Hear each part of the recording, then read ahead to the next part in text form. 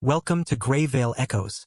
Dive into chilling Gothic horror, where haunted castles, ghostly secrets, and eerie relics unravel terrifying truths.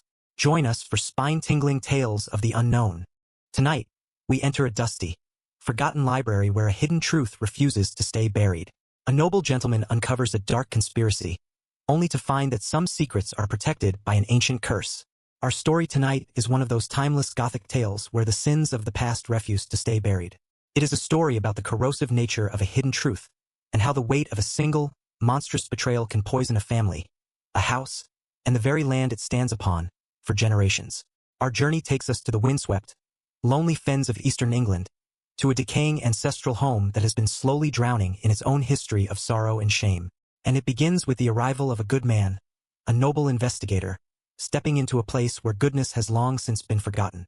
Our protagonist is a man named Sir Bale, a figure who seems to have stepped directly from the pages of a chivalric romance.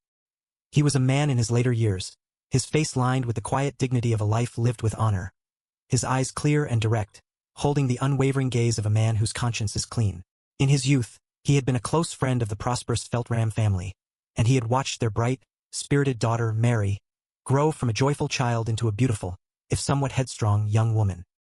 He remembered her laughter, her kindness, and the fierce, loyal love she had for the man she was to marry, Sir Jasper Mardykes. And he remembered, with a sorrow that had not faded with the passing of 2 decades, the day the news had come. Mary Feltram, on the very night she was to elope with her beloved, had met a tragic end.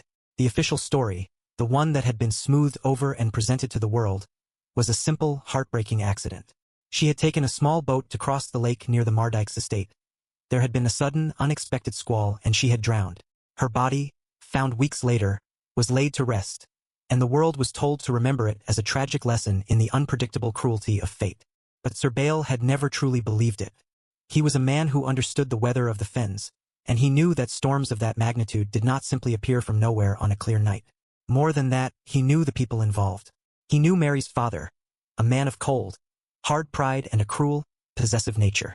And he knew Sir Jasper Mardykes, a man whose charm had always seemed to conceal a certain weakness, a hollowness at his core. The story of a simple accident had never sat right with him. It was too neat, too convenient. It felt like a story designed to close a book that should have remained open. For 20 years, the doubt had lingered in the back of his mind, a quiet, persistent whisper that a great injustice had been done. Now, 20 years later, both Mary's father and Sir Jasper were dead, and Sir Bale, his own life drawing towards its twilight, felt a powerful, compelling need to finally find the truth. It was a duty he felt he owed to the memory of the young woman he had so admired. He believed that the key to the mystery lay not with the Feltram family, whose grief had been loud and public, but within the silent, decaying walls of the Mardykes' ancestral home. And so, on a gray autumn afternoon, with the wind beginning to rise and the sky threatening a storm, our noble investigator arrived at the gates of Mardykes Hall. The mansion was a portrait of decay. It had once been a place of grandeur, a proud statement of the Mardykes family's wealth and status. But now, it was a sad, crumbling relic, a physical embodiment of a family line that had withered and soured. The great stone walls were stained with green and black mold, and ivy, as thick as a man's arm, had crept its way up the sides, its dark, clinging fingers seeming to pull the very stones apart. The magnificent windows were clouded with the grime of years, some of them cracked or broken, giving the house the appearance of having blind, cataract-filled eyes. The once manicured gardens had been allowed to run wild, a tangled, overgrown jungle of weeds and thorny brambles that choked the life from the ornamental statues and fountains. The house was not just neglected. It felt diseased. It seemed to be suffering from a deep internal sickness, a malaise of the spirit that was manifesting as a physical decay. As Sir Bale walked up the long, weed-choked drive, he felt a palpable weight in the air. It was the oppressive, heavy atmosphere of a place with a guilty conscience. The wind that moaned through the skeletal branches of the ancient, leafless trees did not sound like a natural wind. It sounded like a sigh of immense, unending sorrow. The entire estate was steeped in a sense of regret and shame. It was a place that knew a terrible secret and was groaning under the burden of keeping it. He was met at the door by the current occupant, a distant, elderly cousin of Sir Jasper's who had inherited the nearly bankrupt estate and was now living out his final years as its reluctant caretaker. He was a frail, nervous man with haunted eyes, who seemed as much a prisoner of the house as its master. When Sir Bale, a man of considerable reputation and authority, explained his purpose, that he was an old friend of the family's and wished to examine the late Sir Jasper's personal effects for a historical record he was compiling. The old man offered little resistance. He seemed too tired, too defeated by the oppressive spirit of the house, to argue. With a trembling hand, he gave Sir Bael a heavy, rusted iron key and gestured vaguely towards the west wing. "The library," he had whispered, his voice a dry rustle of sound. "It was his private world. It has not been opened since the day he died. God be with you in there." The warning was clear. The room he was about to enter was not just a room of books. It was a place of ghosts. Armed with the key and a single, flickering candle, Sir Bael made his way towards the west wing. The interior of the house was no better than the exterior. The grand entry hall was a cavern of shadows, its high, vaulted ceiling lost in gloom. The furniture was draped in white dust cloths, making the room look like a ballroom filled with silent, shrouded figures. The air was cold, damp, and utterly still, thick with the smell of dust and mildew. His footsteps on the marble floor echoed with a lonely, intrusive loudness, as if he were a trespasser in a vast and silent tomb. He found the library at the end of a long, dark corridor. The door was a magnificent thing of dark, polished mahogany, but its beauty was marred by neglect. The polish was clouded and dull, and the intricate carvings were filled with the dust of 2 decades. The keyhole was dark with rust. It was clear that the old man had been telling the truth. This was a room that had been sealed by time, a chamber where a hidden truth had been deliberately locked away and left to rot. With a deep breath, Sir Bael inserted the heavy iron key into the lock. It turned with a loud, protesting groan, the sound of rusted metal grinding against itself. He pushed the heavy door, and it swung inward on complaining hinges, the sound a long, drawn-out screech, like a cry of pain from the house itself. As the door opened, a wave of stale, cold air washed over him, carrying with it the scent of a place that has been deprived of light and life for a generation. He lifted his candle and stepped across the threshold. He had entered the secret library, the private sanctum of Sir Jasper Mardyke's. The room was just as he had imagined, and yet so much more. It was a scholar's dream, and a mourner's nightmare. Towering, floor-to-ceiling bookshelves lined every wall, filled with thousands of leather-bound volumes. A great, carved stone fireplace, its hearth cold and black, dominated one wall.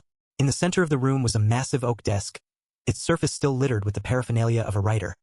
A dried-up inkwell, a quill pen with a frayed nib, a stack of yellowed, untouched paper. But everything, absolutely everything, was covered in a thick, gray, velvet-soft layer of dust. The dust of 20 years of silence. And hanging from the chandeliers, from the tops of the bookshelves, from the heavy, velvet curtains, were cobwebs. They were not the delicate, single strands of a spider's work. They were thick, complex, and ancient constructions, hanging like tattered, ghostly funeral shrouds, swaying gently in the draught from the open door. Sir Bael stood in the center of the room, holding his single candle aloft. The small, flickering flame did little to penetrate the deep, oppressive gloom. It only served to make the shadows in the corners seem deeper, more menacing. The room was a time capsule, a perfect, preserved monument to the moment Sir Jasper's life had ended. But it did not feel like a peaceful place. It felt like a place of torment. The silence here was not restful. It was heavy, suffocating. It was the silence of a confession that had never been made, of a guilt that had never been absolved. Sir Bael felt, with a certainty that made his skin crawl, that he was not alone in the room. He felt the weight of an unseen presence, the cold, watchful gaze of a spirit that was trapped here, bound to the scene of its greatest and most terrible secret. He had found the heart of the house's sickness, and now his search for the truth could begin in earnest. Sir Bael stood in the heart of the dead library, a solitary island of living warmth in an ocean of cold, silent dust. The heavy door had swung shut behind him, the final, booming echo of its closing sealing him into the room's profound and ancient quiet, a sound of utter finality. He was now a willing prisoner in this tomb of forgotten knowledge, and the search he was about to undertake felt less like an investigation and more like an act of desecration, a disturbance of a long unsettled grave. He placed his single, flickering candle on the edge of the great oak desk. Its small, brave flame seemed fragile and insignificant, a tiny beacon of life against an overwhelming, oppressive gloom that had owned this room for 20 years. He remembered this library from his youth, from visits long ago when the old Lord Mardyke's, Sir Jasper's father, was still alive. He remembered it as a place of quiet dignity, filled with the clean, rich scent of polished wood and old leather, a room where sunlight streamed through clean windows, illuminating the golden titles on the thousands of books. The memory was so vivid, so full of life, that it made the current reality a physical blow. The decay was not just neglect. It felt like a deliberate act of mourning, or worse, a purposeful suppression, as if the room itself were being punished for a crime it had witnessed. The first thing that truly began to establish the room's new, malevolent character was the dynamic interplay between the fire he built and the wind that answered it.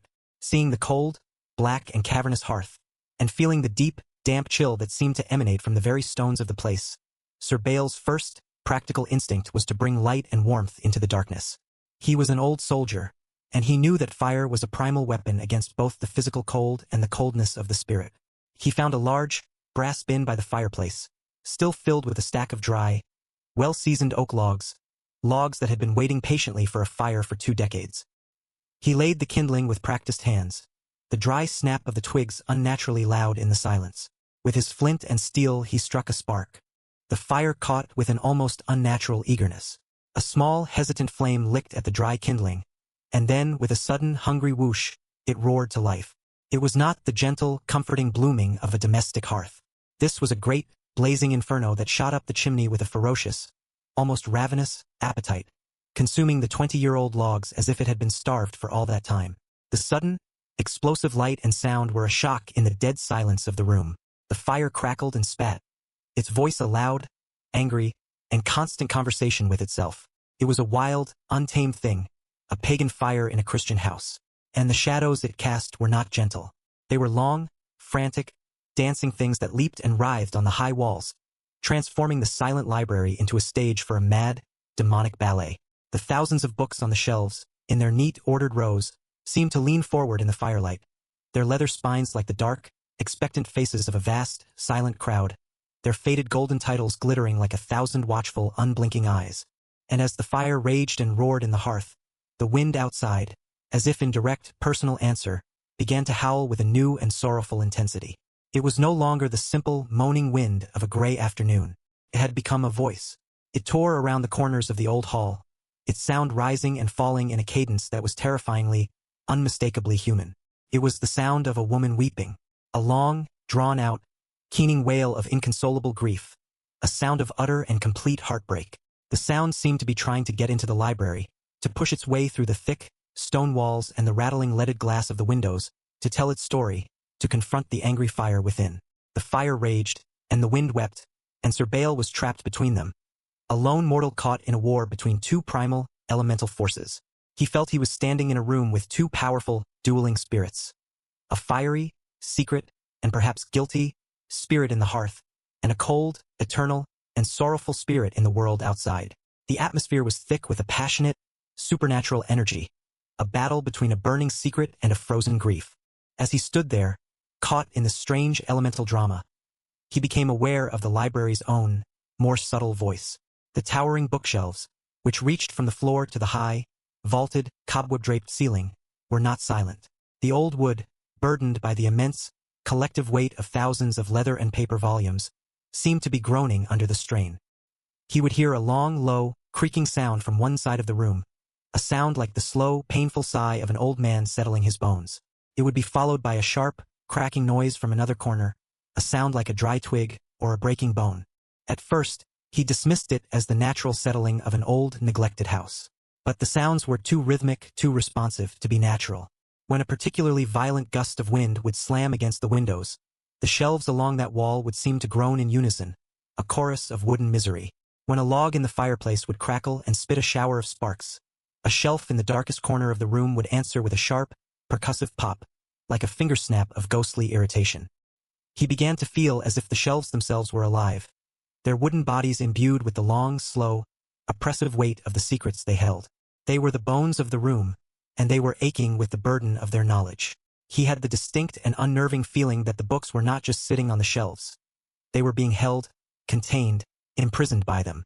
The library was not a silent container of stories.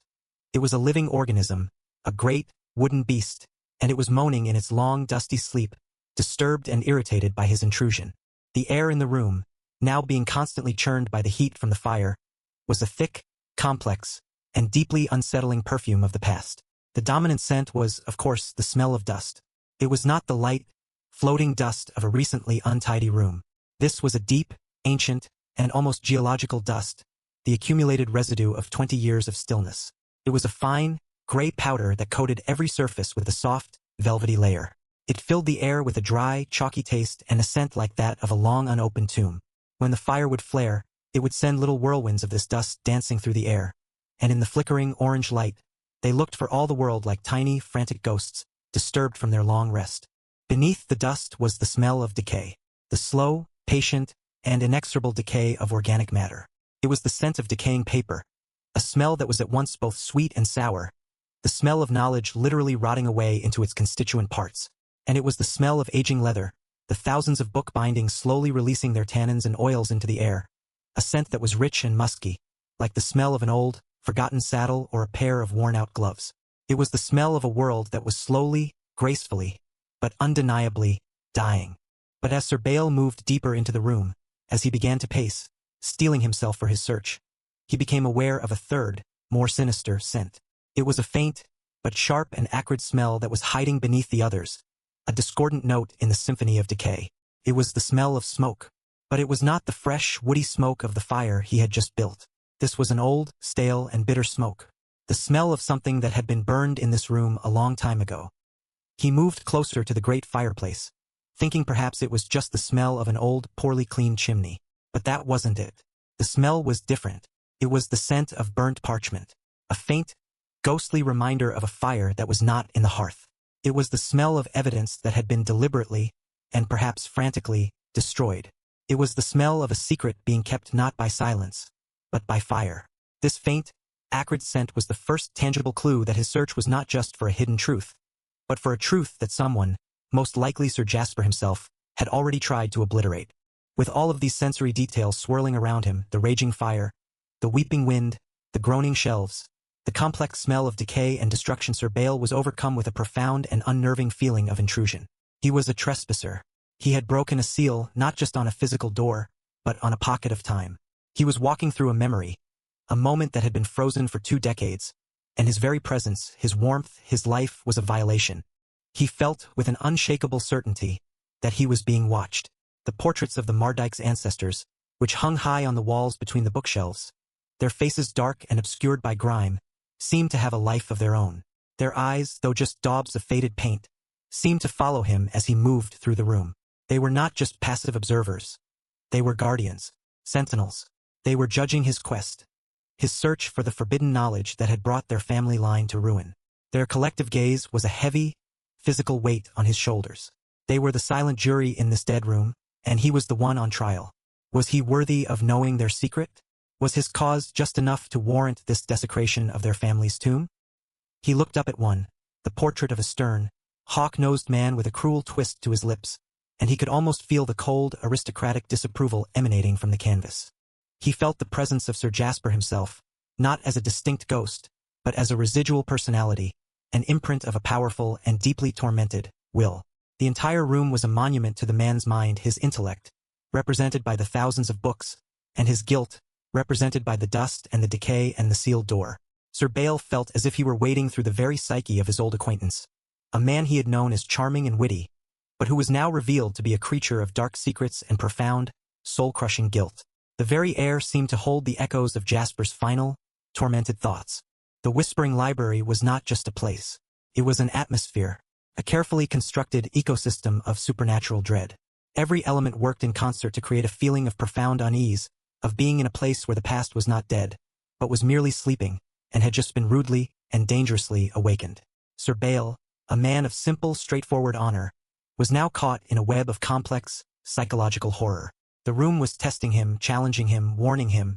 It was telling him that some secrets are buried for a reason, and that the act of unearthing them can be more dangerous than the secret itself. But Sir Bael was undeterred. The more the room tried to frighten him away, the more convinced he became that he was on the right path. The truth was here, somewhere in the dust and the shadows and the groaning silence, and he would not leave until he had found it.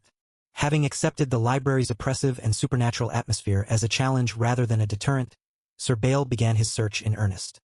He was a man on a holy quest, and the ghostly warnings of the room only served to strengthen his resolve. He knew he was in the right place. The truth, the secret that had haunted his thoughts for 20 years, was hidden somewhere within these 4 dusty, groaning walls. The fire he had built in the hearth now burned with a steady, roaring heat, pushing back the physical chill of the room and casting a wide, flickering circle of light that made his search possible. His approach was that of a seasoned soldier planning a campaign. He would be methodical. He would be patient. He would leave no stone, or in this case no book, unturned. The sheer volume of material was daunting.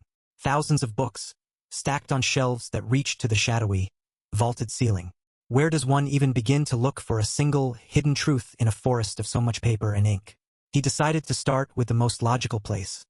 Sir Jasper's desk. The great oak desk was a monument to a life interrupted. A fine layer of dust covered everything, a gray, delicate shroud that had preserved the scene exactly as it had been left 2 decades prior. An ornate, silver inkstand held a dried-up well of black ink. A single quill pen rested beside it, its feathered tip slightly splayed, as if it had been thrown down in a moment of frustration or despair. A stack of crisp, clean, and tragically empty paper sat waiting for words that would never be written. Sir Bael began to carefully open the drawers of the desk. The first few were filled with the mundane paraphernalia of a gentleman's correspondence. Sealing wax, letter openers, spare nibs, all were coated in the same thick, undisturbed layer of dust. The last, deepest drawer, however, was locked. This was the first sign of something promising. A locked drawer in a private study is a place of secrets. Sir Bael, a man of honor, hesitated for only a moment.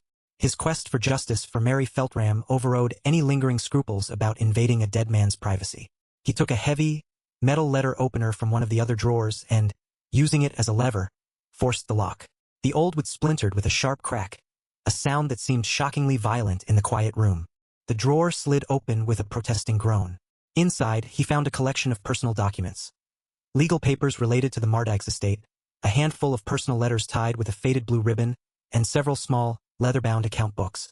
He spent the better part of an hour carefully examining each document by the flickering firelight. The letters were from Sir Jasper's late father, full of stern, paternal advice.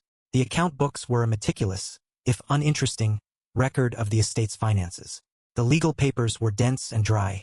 There was nothing here. Nothing that hinted at a dark plot, a secret love, or a murder.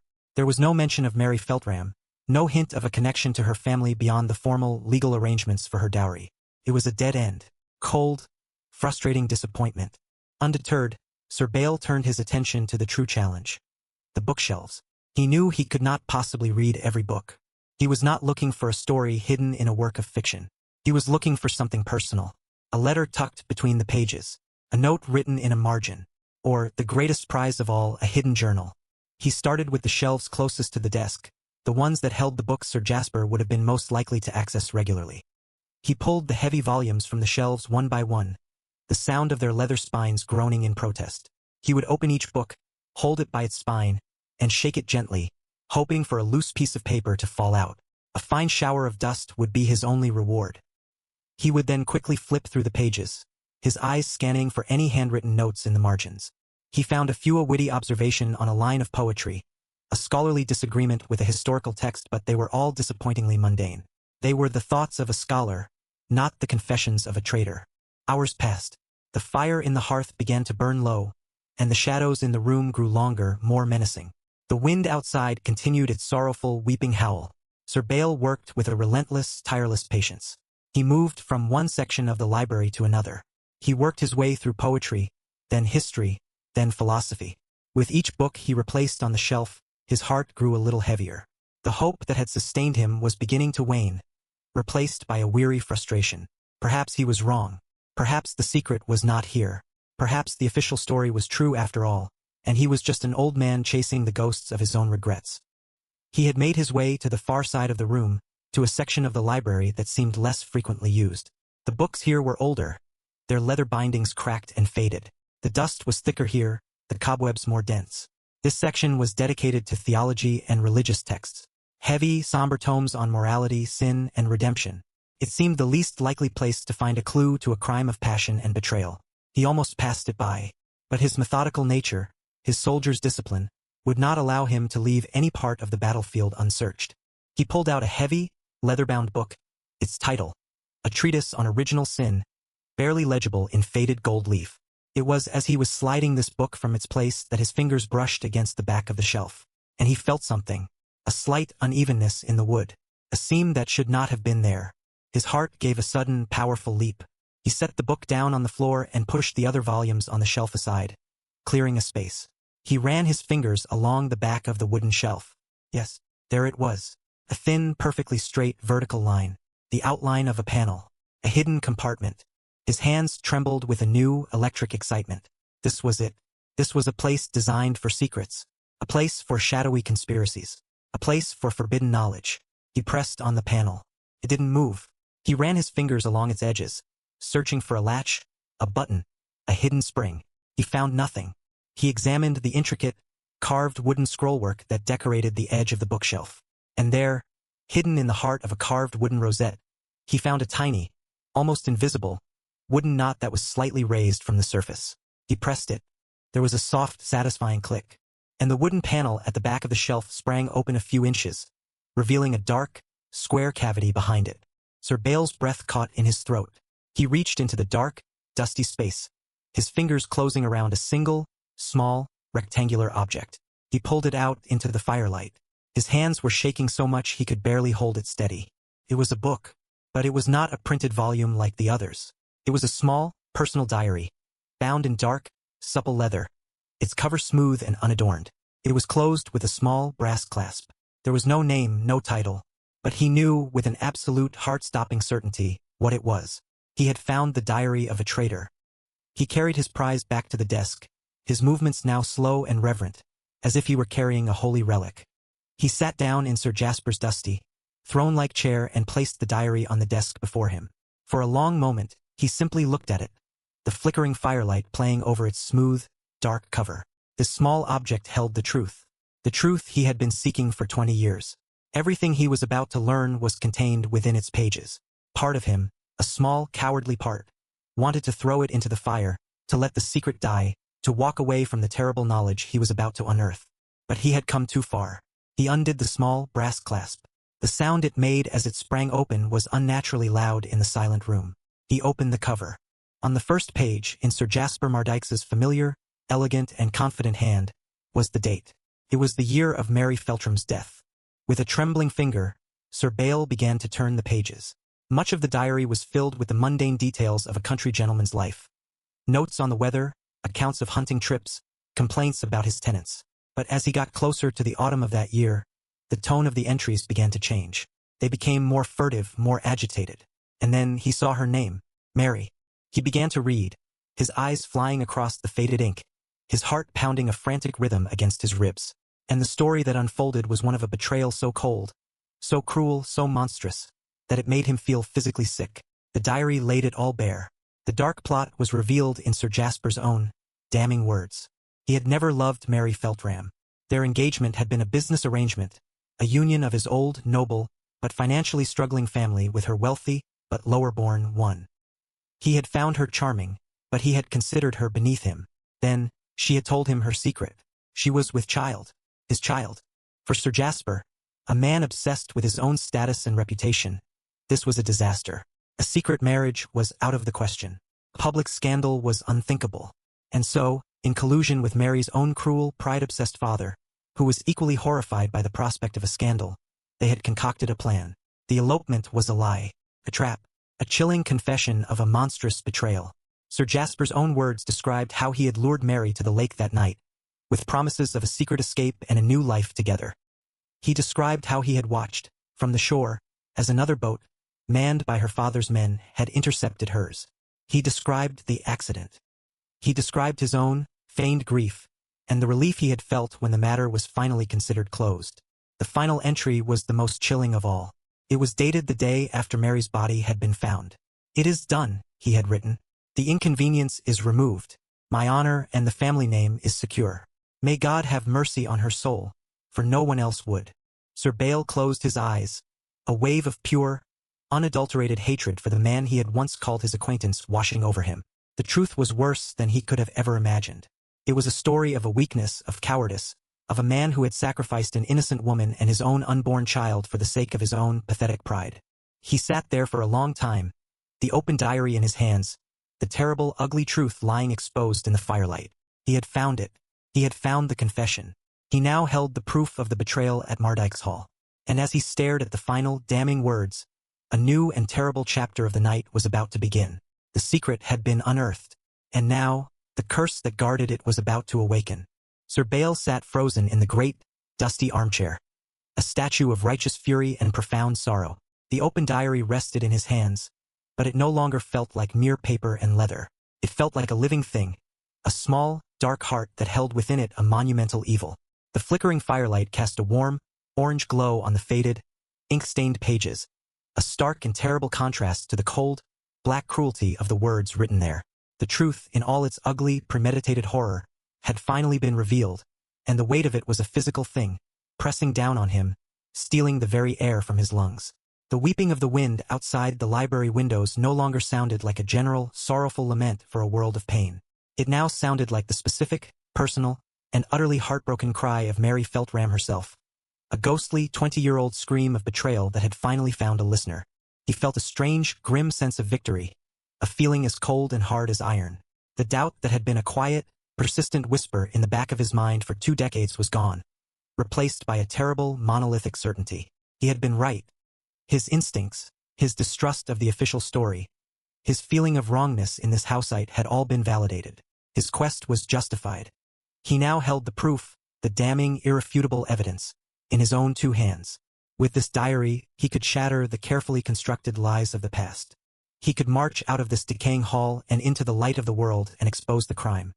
He could clear Mary's name of any hint of recklessness and restore her memory to one of pure, tragic innocence. He could bring a final, posthumous justice to the man who had wronged her so terribly and to the memory of the unborn child whose existence had been erased from history. The path forward seemed, for a single, fleeting moment, perfectly and righteously clear. But the library, the house, the ancient, guilty spirit of Mardyke's Hall, was not finished with him yet. The secret had been unearthed, but it had been buried deep for a reason.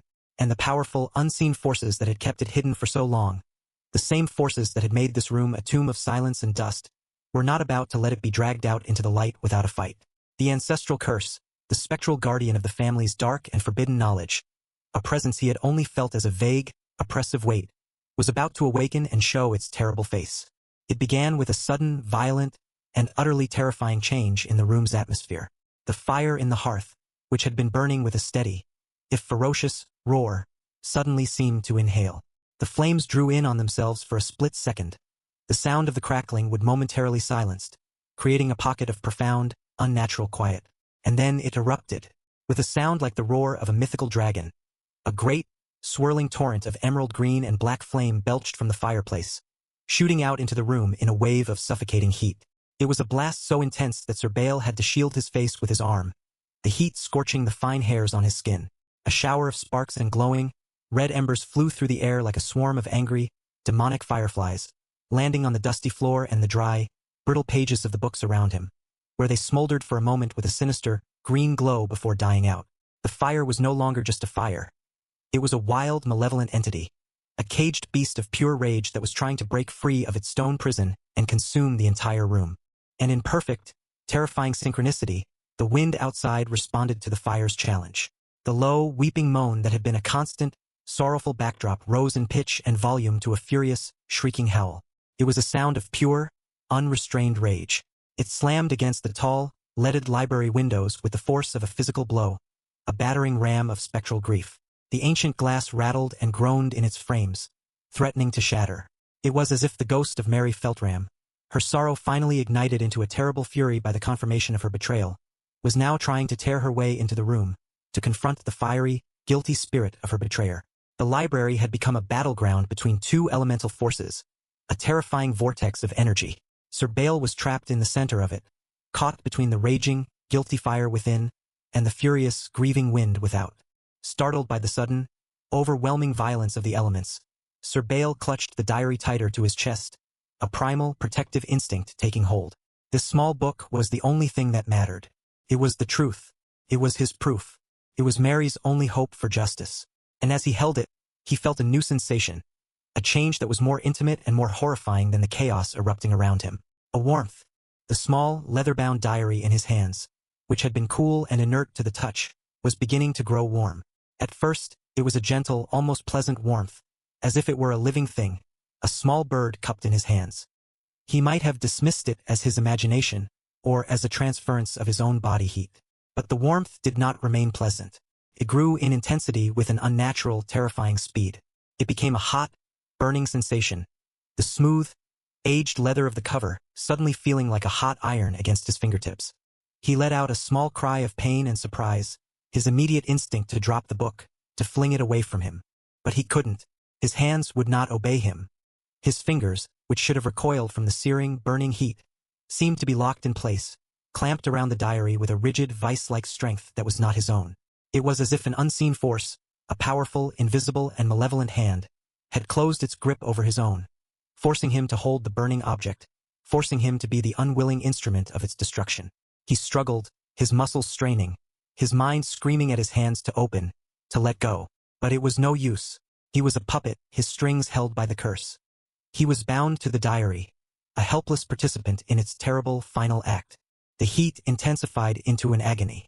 The leather cover began to smoke, a thin, gray wisp curling up from between his fingers, the smell of burning animal hide sharp and acrid in the air. He could feel the heat through the thick leather now, the pages within beginning to sear his palms, the pain excruciating. He cried out again, a sound of pure pain and rising, helpless panic. He was trapped, holding a burning coal that was about to burst into flame, a fire that was being born in his own two hands. And then it did. A thin, delicate wisp of black smoke, darker than the smoke from the leather, began to curl up from the edge of the pages, a dark, questioning tendril in the firelight. Then another and another. The smoke was thick and oily, and it carried the bitter, acrid scent of burning ink and ancient, decaying paper, the smell of the truth itself being incinerated. And then, with a sudden, soft, and utterly horrifying whoosh, like the sound of a demon's whisper, the diary burst into flame. It was not a normal fire. The flames that erupted from the pages were not the familiar, friendly orange and yellow of the fire in the hearth. These flames were a ghostly, sickening, and profoundly unnatural color. They were a mixture of a lurid, greenish yellow, the color of sickness and bile, and a deep, smoky black, the color of a corrupted soul. The flames did not seem to burn with heat alone. They seemed to burn with a cold, malevolent energy, a fire that consumed light and warmth and hope. It was a fire that seemed to be consuming not just the paper, but the very words, the very truth written upon it. The diary burned with a terrifying, supernatural speed. Sir Bael watched in utter, paralyzed horror as the elegant, damning script of Sir Jasper Mardyke's, the words that had brought the 20-year-old secret into the light, curled, blackened, and vanished into nothingness. He saw the name Mary consumed. He saw the confession of the plot, the cold, cruel words describing the accident, all eaten by the unholy green-black fire. It was a systematic and supernatural obliteration. The fire was not just destroying a book. It was destroying a secret. It was a fire of censorship, a magical, vengeful act of redaction, ensuring that the dark truth would never again see the light of day. And as the cursed green-black flames licked at the last of the pages, a new sound entered the room, a sound even more terrifying than the roaring fire and the howling wind. It was a whisper, a low, deep, and guttural whisper that seemed to echo through the library, coming not from a single point, but from the very air itself, from the fire, from the shadows, from the groaning bookshelves.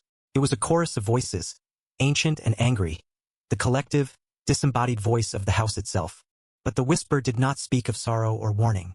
It was a sound of pure, ancient, and possessive rage, and it spoke a single word. It did not whisper the name of the victim, Mary. It did not whisper the nature of the crime, traitor. It whispered the name of the family that had spawned the crime, the name that was the beginning and the end of the curse. Mardyke's. The name was not a statement. It was a curse. It was a hiss of pure, undiluted venom, a word imbued with the weight of a powerful, ancestral malediction. It was the sound of a family's own darkness turning upon itself, the sound of a curse designed not to keep outsiders away, but to keep its own secrets buried forever, at any cost. The whisper was the voice of the family's own collective guilt, a spectral guardian that would rather burn the truth than allow the family's honor to be stained by it. It was the final, terrible assertion of a family's will to protect its own corruption. The moment the last page of the diary had been consumed by the spectral flames, the curse's work was done. The unnatural, green-black fire vanished as quickly as it had appeared, snuffing itself out into nothingness. The invisible force that had been holding Sir Bael's hands released him with a suddenness that felt like a physical blow. And the diary, or what was left of it, fell from his scorched, trembling fingers. It was no longer a book. It was just a small, blackened, and still smoking husk of burnt leather and ash.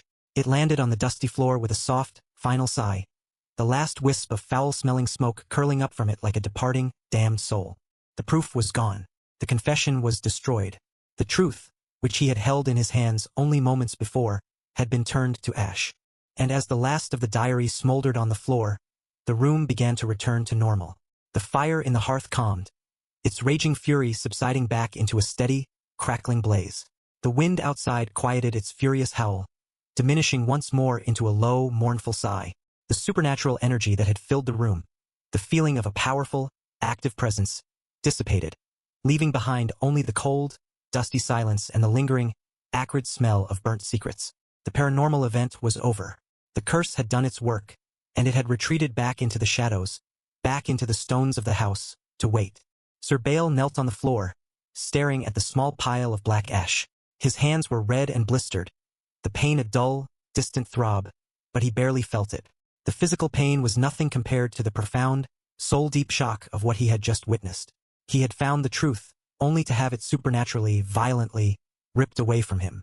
The dark plot, the hidden knowledge, the terrible ancestral curseate had all been revealed, and then concealed once more, in a terrifying display of supernatural horror. He was now the sole, living keeper of the hidden truth. He was the only person in the world who knew the full extent of Sir Jasper's betrayal. But he had no proof. His only witness was a ghost. His only evidence was a pile of ash on a dusty floor. The betrayal at Mardyke's Hall would remain, to the rest of the world, a secret. And he was now a part of that secret, a silent, unwilling conspirator, burdened with a terrible knowledge that he could never, ever prove. The curse had not just destroyed a diary. It had imprisoned him with the truth for the rest of his life. The acrid smell of burnt paper and shattered truth hung heavy and suffocating in the air of the dead library. Sir Bael remained kneeling on the floor, a knight defeated not by a sword, but by a secret that had armed itself with hellfire. The small, black pile of ash at his feet was a profound and bitter mockery of his quest. It was the final, tragic tomb of Mary Feltram's story, a story that had been unearthed for a single, fleeting, glorious moment, only to be reburied forever in a shroud of supernatural fire. The violent, chaotic energy of the curse had retreated, its terrible work done, leaving behind a silence that was deeper and more profound than any that had come before. It was the vast, empty, and ringing silence of a mystery that had been deliberately and violently rendered unsolvable. He had the truth. He had held it. For a few precious moments, the world had made a terrible kind of sense. But the truth was now a ghost, a phantom that lived only in the echoing chambers of his own mind. The physical evidence, the one tangible thing that could have brought the dark, cowardly plot of Sir Jasper Mardyke's into the light of day, was gone. It had been utterly and completely obliterated, reduced to a meaningless pile of carbon. The secret of the betrayal, so carefully guarded for 20 years, was safe once more, protected not by a locked door or a hidden compartment, but by a powerful, ancient, and terrifyingly active curse. As Sir Bael slowly, painfully, got to his feet, his scorched hands aching with a dull, throbbing pain he barely registered, his mind reeling as if from a physical blow, he was confronted with the true, and perhaps more terrifying, mystery of the night. The what of the betrayal was now a known fact, a fact branded into his memory. But the how of its protection, the force that had intervened so violently, was a new and profound enigma. The central question was no longer, what was the betrayal? That question had been answered in the most horrific way imaginable. The new question, the one that would now haunt him for the rest of his days, was, what, or who, cursed the diary? This was the heart of the unsolved curse, the source of the supernatural fire, the intelligence behind the guttural whisper, the identity of the guardian of Mardyke's Hall. And as he stood there, staring into the now calm flames of the hearth, his mind, the mind of a man trained to analyze a battlefield, began to race through the terrible strategic possibilities. His first thought, the one that seemed most immediate and logical in the context of the guilty room, was that the curse was a final, desperate act of Sir Jasper himself.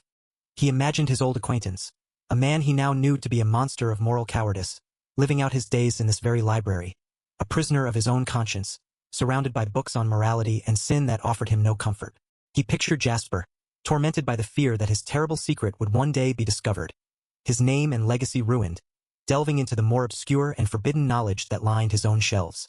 Perhaps he had found some ancient grimoire, some text on protective wards and curses, and had used its dark arts not for power, but for the preservation of his own lie. In this scenario, the curse was a self-inflicted one. A magical booby trap, a dead man's switch, meticulously placed upon the diary to ensure that if it were ever discovered by prying eyes, it would be instantly and irrevocably destroyed. The ghostly, guttural whisper of the name Mardyks would then be the sound of Sir Jasper's own damned soul, its pathetic rage and all-consuming guilt reaching out from beyond the grave to protect the one thing he had valued more than human life: his reputation. It was a chillingly plausible thought, a man so committed to his lie, so terrified of the truth, that he would employ supernatural means to guard it for all eternity. The fire, then, was not an attack from an outside force, but a final, desperate act of self-preservation from a cowardly, guilty ghost, a final act of censorship from a man who had censored a life. But as he thought more on it, as he felt the echo of the sorrowful, weeping wind that still sighed outside the windows, another, more poignant and more powerful possibility began to take shape in his mind. He thought of the stories of Mary Feltram's ghost, said to haunt the lake where she had died, her cries a constant lament. What if her spirit was not confined to that place of her death? What if a being of such profound sorrow and righteous rage was not bound by simple geography? What if her spirit, drawn by his own quest for her justice, had followed him here, into the very house of her betrayer? Perhaps the curse was hers. Perhaps the ghost of Mary Feltram, having watched and waited for 20 years, had sensed that her secret, the full, ugly truth of her and her child's murder, was about to be revealed. And perhaps, in her spectral, tormented state, she could not bear the thought of it. Maybe the pain of the betrayal was a wound so deep, so absolute, that she would rather have the memory of it utterly destroyed than have it picked over and examined by the flawed, judgmental world of the living. Maybe, to her, oblivion was preferable to a partial, painful justice. The fire, in this case, would be an act of a grieving mother's rage, a final, furious no to a world that had failed her so completely. The whispered name, Mardyks, would then be her own eternal curse upon the family, the name that had destroyed her and her child. It was a tragic, heartbreaking thought that the victim herself had become the violent guardian of her own terrible secret. And this led him to a third, and perhaps the most truly gothic possibility of all. A possibility that spoke of older, deeper, and colder things than a single 20-year-old crime. What if the curse was not personal to either Sir Jasper or Mary? What if it was older, deeper? What if it was an ancestral curse, a protective hex placed upon the Mardyks family line itself generations ago? Great families, he knew, often had dark foundations. Their histories were built on betrayals, murders, and secrets. Perhaps an ancient, sorcerous ancestor, knowing this, had placed a powerful enchantment upon the house. A magical guardian, a fetch, designed to seek out and destroy any evidence of any secret that could bring the family to ruin. In this chilling scenario, the entity that had burned the diary was not a single, emotional ghost, but a kind of supernatural family retainer, a loyal, ancient, and utterly amoral force whose only purpose was to protect the family name, no matter the cost in truth or justice. It would have no concept of right or wrong, only of its primary directive: protect the house of Mardyks. The whispered curse of Mardyks would then be its own name, its own declaration of purpose. I am the curse of Mardyks, and I will not allow you to shame this house. This was, in many ways, the most terrifying thought of all. It implied that the betrayal of Mary Feltram was not the only dark secret hidden within these walls. It suggested a long and sordid history of crimes and conspiracies, all of them protected by this same, ancient and powerful supernatural horror. The library was not just the tomb of one secret. It was a mausoleum of them, a place where generations of sins were buried, all watched over by the same, implacable, fiery guardian. Sir Bael stood there, trapped between these three terrible possibilities, with no way of ever knowing the truth. The source of the curse was an unsolved mystery, nested within the now unprovable mystery of the betrayal itself. And what of him? What was his role now? He was the sole keeper of this hidden truth. The curse, in its act of destroying the evidence, had inadvertently, or perhaps deliberately, turned him into the only living witness. The knowledge of the dark plot, of the murder of Mary and her unborn child, was now his burden alone. And it was a terrible, heavy, and crushing burden to carry. He had no proof. If he were to go to the authorities, to the surviving members of the Feltram family, and tell them his story, what would they say? They would see a grieving old man, his hands blistered and burned, his mind perhaps addled by age and sorrow, telling a fantastical tale of a ghostly library and a diary that had burst into green and black flame. They would dismiss him as a madman. The murderer's secret, so perfectly concealed for 20 years, was now protected by a new and equally impenetrable wall.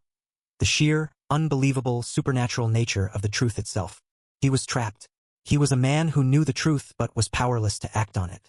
He was a knight who had been given a sacred quest by a ghost, only to have the map and the sword for that quest incinerated in his own hands. His victory had been turned into the most profound and frustrating defeat imaginable. He bent down and touched the ashes on the floor. They were cold now, a fine, gritty powder. The secret was burnt away, but the fire had raised new and deeply unsettling questions. The diary had detailed the central betrayal, but what other, smaller secrets had it contained? What other nuances, what other names, what other details of the shadowy conspiracy had been in those pages, now lost forever? He had only skimmed the final, damning entry. What had he missed in the pages before? Had it named the men her father had hired to carry out the accident? Had it spoken of the exact location of the true burial place of Mary and her child, a place where they might finally be given a proper Christian burial? Had it hinted at the other, older secrets of the Mardyke's line, the other crimes that the ancestral curse was so keen to protect? The curse had not just destroyed the truth he had found. It had destroyed all the other truths he hadn't yet had time to read. The full extent of the forbidden knowledge would now never be known. A library of secrets had been reduced to a single, silent pile of ash. With a heavy, weary heart, a heart heavier than he had ever known, Sir Bael turned and left the library. He did not look back. He pulled the great mahogany door closed, leaving the whispering room to its dust and its ghosts and its terrible, well-kept secrets. He walked back through the silent, echoing corridors of Mardyke's Hall, a man forever changed. He had come here seeking to solve a mystery, and he was leaving with a dozen more. He had come seeking justice, and he had found only a deeper, more profound injustice. The betrayal at Mardyke's Hall would remain unsolved, at least in the eyes of the world. But for Sir Bael, it was a truth that would now burn within him for the rest of his days. A secret he was condemned to keep. A curse of knowledge with no hope of absolution. The supernatural horror had won. It had protected its own, and in doing so had created a new and uniquely human kind of haunting.